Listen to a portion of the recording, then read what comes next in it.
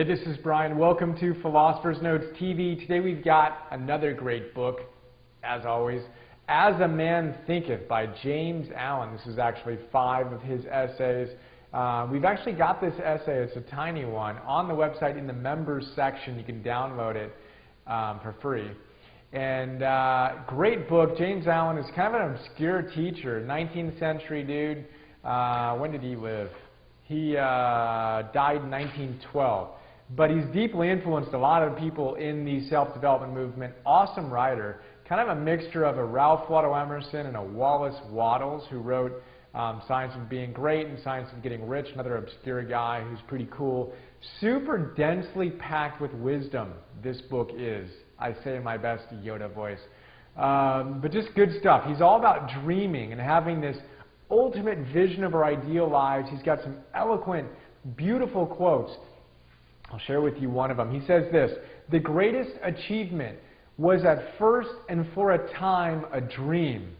The oak sleeps in the acorn, the bird waits in the egg, and in the highest vision of the soul, a waking angel stirs.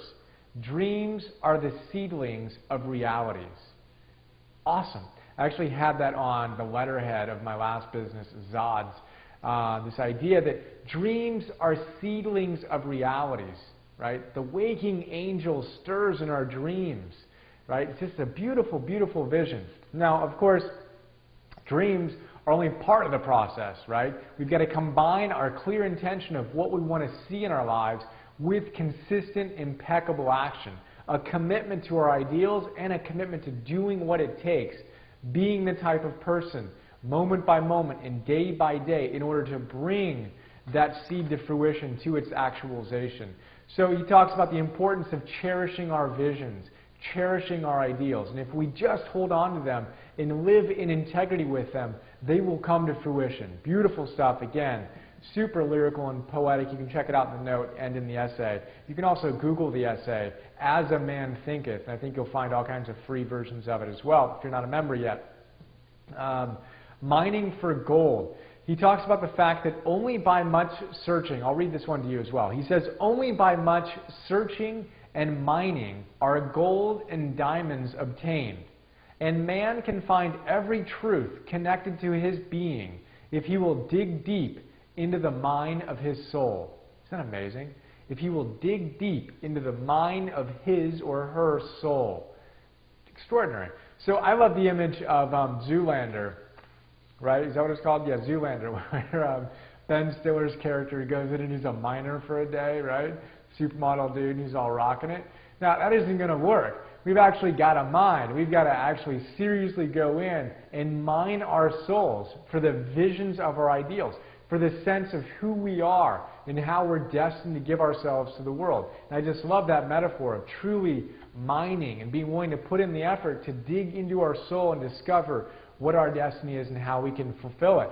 I've got a bunch of questions in the note here that can help us in the process. And I talk about the importance of, a little squeaky there, I talk about the importance of doing these exercises. It's one thing to watch these videos or to read the notes and to get inspired and hopefully take more constructive action. It's also really important, I think, to take the time to do the exercises. It's not just a nice, oh, okay, cool, I'll think about it for 2 seconds and then go on with my life. But actually spend the time. Get out your journal. I've got mine near me all the time. And rock it. I've filled out dozens and dozens of these, answering questions like, what is my destiny? What are my greatest strengths and how can I give them in greatest service to the world? If I had all the time and all the money in the world, what would I do? If I had $100 million in the bank, what would I do? If I had 6 months to live, what would I do? And I've got a bunch more here, and I talk about a lot of these questions often. What's my highest goal? Who do I want to be? When I die, how do I want people to remember me?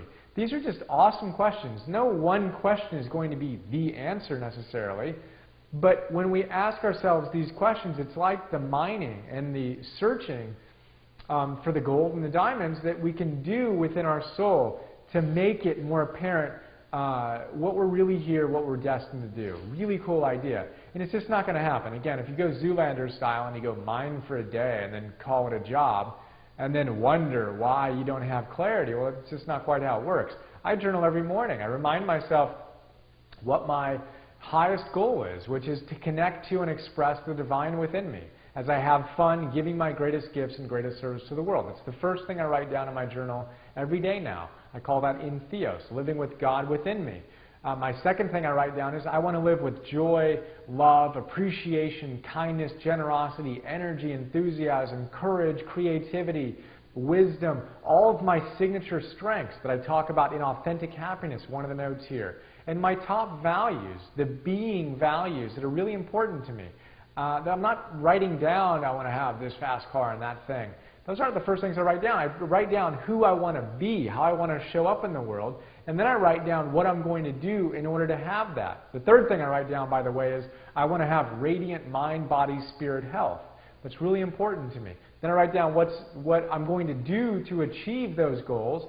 So I have my highest goal, and then I write down my number one now goal. What is my number one creative, productive goal right now? Right now, it's creating these Philosopher's Notes TV episodes. I'm creating a bunch of them a day right now because I want to complete them and be able to move on to the next project I'm so excited about, Optimal Living 101.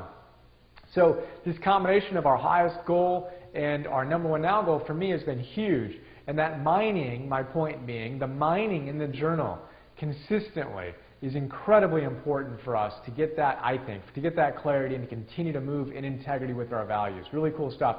I'm going to talk a lot more about that journaling and actually do some video, a lot of videos, where I show you what I do and how to do it and hopefully inspire you to create your own journaling practice that means a lot for you.